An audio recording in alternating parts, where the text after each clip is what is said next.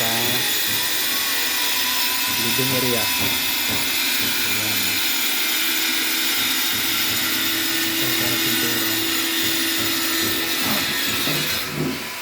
Yung electrician natin naayos na yung panel board.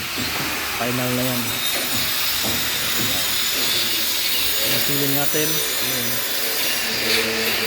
yan, maganda pagkagawa. Ang pillar yung mga dugtungan. Ito naman yun, parang hand wash area natin. Na final na lang. Yun. Kitchen, CR, para pintura. Yun. Ito yung entertainment wall natin. Yan. Iusin pa natin yan dito. Yun. Kitchen natin. Kitchen.